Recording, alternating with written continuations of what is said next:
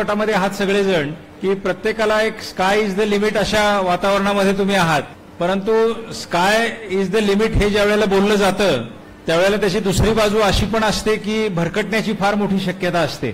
त्यावेळेला आपण लक्ष कुठे दिलं पाहिजे, आपलं ध्येय काय आहे याकडून आपण भरकटता कामा नये. आणि आजच्या पिढीला याची फार जास्त गरज आहे, कारण आपल्याला सतत डिस्ट्रॅक्शन करणारा मोबाईल जो आहे तो आपल्या जवळ असतो. त्यामुळे एकंदरीतच कॉन्सन्ट्रेशन कमी झालंय असं मला वाटायला लागलेलं आहे.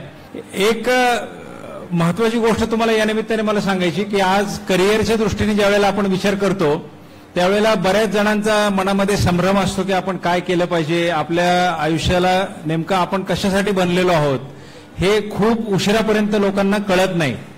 आणि बऱ्याच वेळेला असं होतं की आपण फक्त आपले मित्र काय करतायत, आजूबाजूला साधारण ट्रेंड काय आहे असं करत करत आपण एखाद्या वेगळ्याच प्रवासाला निघून जातो. माझी स्वतःची जर गोष्ट सांगायची झाली तर मला चांगले मार्क्स असून सुद्धा मी इंजिनिअरिंगला गेलो नाही. मला चार्टर्ड अकाउंटंट व्हायचं होतं म्हणून मी बीकॉम शाखेमध्ये प्रवेश घेतला. आणि जसं ग्रॅज्युएट होत गेलो तसं आमच्या शिक्षकांचे मग थोडं थोडं कोचिंग वगैरे घ्यायला लागलो. आणि त्यानंतर मग ज्यावेळेला परीक्षेचा फॉर्म भरायची वेळ आली एमपीएससीच्या त्यावेळेला माझे शिक्षक म्हणाले की हे पीएसआय वगैरे पेक्षा तू क्लास 1 परीक्षेला बसलो पाहिजे, कारण मी एसपी कॉलेजमध्ये मी सतत पहिल्या क्रमांकाने पास व्हायचो 11वी 12वी FY वगैरे. तर ते म्हणले तू चान्स घ्यायला पाहिजे की क्लास 1 ऑफिसर पण होता येते का काय, आणि त्या परीक्षेला तू बस म्हणून. तर मी योगायोगाने त्या परीक्षेला बसलो 20 वर्षाचा असतानाच. आणि आश्चर्याची गोष्ट म्हणजे मी सिलेक्ट झालो आणि मी 21व्या वर्षी जॉईन झालो डेप्टी कलेक्टर म्हणून. मला त्या काळात बरेच लोक विचारायचे की तुमच्या यशाचं रहस्य काय माने साहेब. तर मी म्हणायचो माझं यश हेच एक रहस्य आहे, ते मलाच कळलेलं नाही अजून की एवढं लगेच कसं झालं म्हणून. पण तुम्हाला सांगण्याचं तात्पर्य हे की आपण ठरवतो एक गोष्ट, आपण प्रवास करतो वेगळ्याच दिशेने आणि आपण पोहोचतो वेगळीचकडे कुठेतरी, ज्या क्षमतेचा कदाचित आपल्याला स्वतःला सुद्धा अंदाज नसतो. तर तुम्ही खरं तर एक गोष्ट सर्व तरुणांना मला पहिल्यांदा एक तुमच्या नजरेला आणून द्यायची आहे की आपल्या क्षमतांना कधी खरंच कमी समजू नका. तर आता प्रत्येकाची एक रिक्वायरमेंट असते की बाबा हा अभ्यास करायचा तर मग एवढे एवढे पुस्तकांचे सेट पाहिजे, पहिले तर एक मोठ्या लायब्ररीज पाहिजे, आणखी काय काय पाहिजे, कोचिंग क्लासेस पाहिजे, 15 तास रोज अभ्यास केला पाहिजे वगैरे वगैरे. असे हे स्टिरिओटाइप्स बनले गेलेले आहेत. याला काय म्हणतो आपण की एक मापदंड बनलेले आहेत की जितकी परिस्थिती कठीण असेल तितकी त्या मुलांमध्ये ऊर्जा जास्त असते, उमेद जास्त असते आणि फायर जास्त असते की मला काहीतरी अचीव करून दाखवायचंय.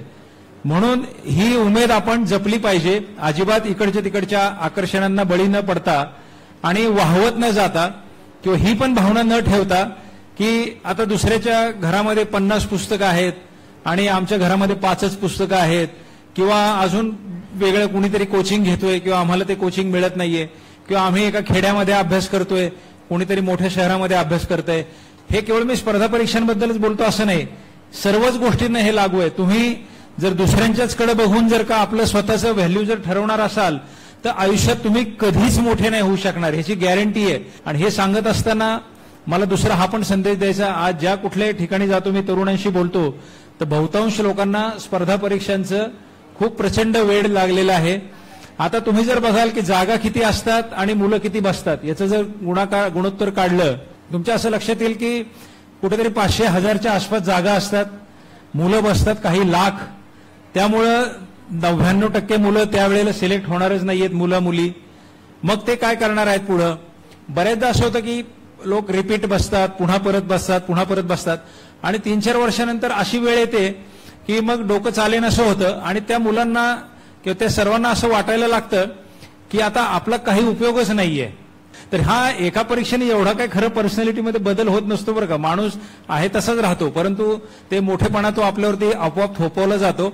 आणि मग असा एक काहीतरी भ्रम निर्माण होतो की या परीक्षेमधून जे पुढे आलेले आहेत तेच फक्त जगामध्ये इंटेलिजंट आहेत, तेच फक्त प्रेरणादायक आहेत. आता परवा संजय आवटे आमच्या बरोबर होते, ते सांगितलं त्यांनी की असं नका चित्र निर्माण करू की फक्त एका परीक्षेतून आलेलेच लोक आयकॉन्स असतात.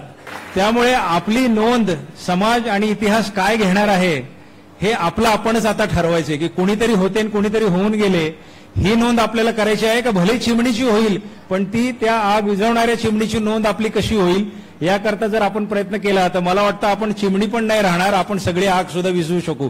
तर मी तुम्हाला सगळ्यांना मनापासून शुभेच्छा देतो.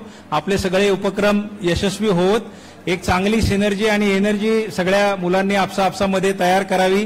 मुला मुलींना दोघांना पण माझ्या हार्दिक शुभेच्छा की आपलं करिअर चांगलं घडो, आपल्या हातून चांगली कामं होत आणि पुन्हा पुन्हा आपल्याशी संवाद साधण्याची संधी मिळो. धन्यवाद.